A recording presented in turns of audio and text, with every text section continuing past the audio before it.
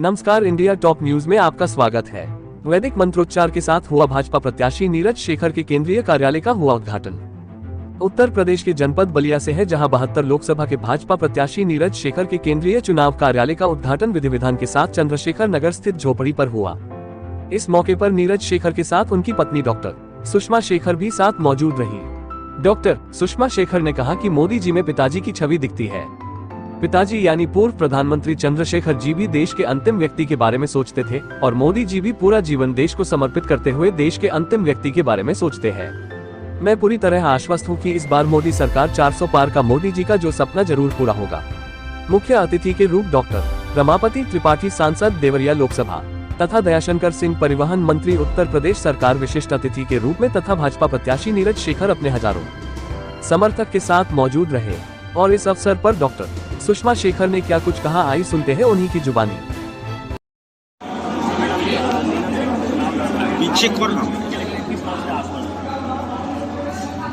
मोदी योगी की सरकार double engine सरकार है, आपको पता है। महिलाओं के लिए उन लोगों ने इतने सारे प्रयोजन किए हैं, योजना बनाई है। महिलाएं उनसे बहुत प्रसन्न है। मैं इतने दिनों से घूम रही हूँ, महिलाएं उनकी योजनाओं से बहुत, उन्हें तहे दिल से आशीर्वाद दे रही हैं और माता बहनों का आशीर्वाद हमेशा लगता है मुझे। मैं पूरी तरह से आश्वस्त हूँ कि इस बार भी हमारी मोदी सरकार 400 पार, मोदी जी का सपना फिर पूरा होगा। और एक चीज़ और है कि जैसे नीरज शेखर जी बता रहे थे कि हमारी पत्नी को किस तरह की मन्नत भी मांगी है, क्या मन्नत है उनकी जीत के बाद? मन्नत तो सब ऊपर वाले देते हैं, क्या मांगो, जो उन्होंने दे दिया बहुत है।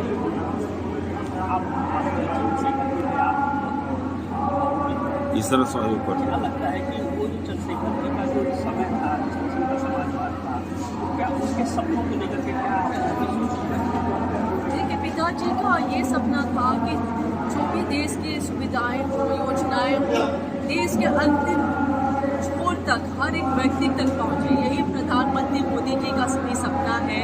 इस तरह से हम उनके साथ ही पिताजी की विचारधारा के साथ ही अब भी चल रहे हैं। जैसे पहले थी वैसे ही विचारधारा तो एक ही है कि लोगों का ज़्यादा से ज़्यादा लोगों को ज़्यादा से ज़्यादा लाभ पहुँचे, उनकी ज़िंदगी बेहतर हो। वही पिताजी का सपना था, वही हमारे माननीय प्रधानमंत्री मोदी जी का सपना है, वही नीरज शेखर जी का भी सपना है। चंद्रशेखर जी की छवि आप मोदी जी में देखती हैं क्या? दोनों, वो समय अलग था, ये समय अलग है। वो समय वो जनता के लिए उन्होंने जितना पिताजी कर सकते थे उन्होंने किया। मोदी जी जितना इस समय के अनुसार जितना कर सकते हैं वो कर रहे हैं, तो समय समय की बात है।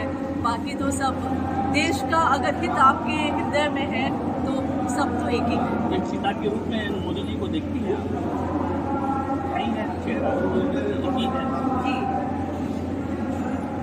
मोदी जी में चंद्रशेखर जी की छवि देखती है। मैंने जवाब दे दिया, दोनों का सपना है एक था। हाँ, तो जवाब दे दिया मैंने। आप ये पर्सनल पूछ रहे हैं, जवाब दे दिया मैंने। ये था, वो भी एक देश के बारे में हमेशा पिताजी चिंतन करते थे, वो मैं मोदी जी में देखती हूँ। उनकी सारी जिंदगी उन्होंने देश की सेवा में बिता दी, ये कोई छोटी बात नहीं है। व्यक्तिगत उन्होंने कभी कुछ नहीं किया, देश के लिए अपना पूरा जीवन दे दिया, ये छोटी बात है। मैम, महिलाओं से आपकी अपील क्या रहेगी?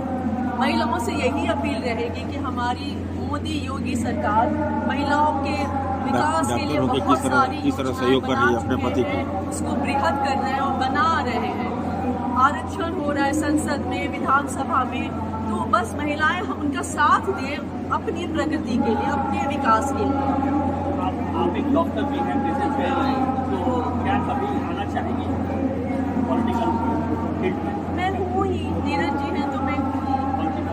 जी, मैं ऐसे डायरेक्ट का तो नहीं, लेकिन नीरज जी हैं तो बाकी जो महिलाएं हैं उनकी समस्या सुनती हूँ, नीरज जी तक पहुँचाती हूँ, क्योंकि बहुत सारी बातें महिलाएं उनसे खुल के नहीं कह सकती। वो मुझसे कहती हैं तो फिर मैं उनको कहती हूँ। ठीक।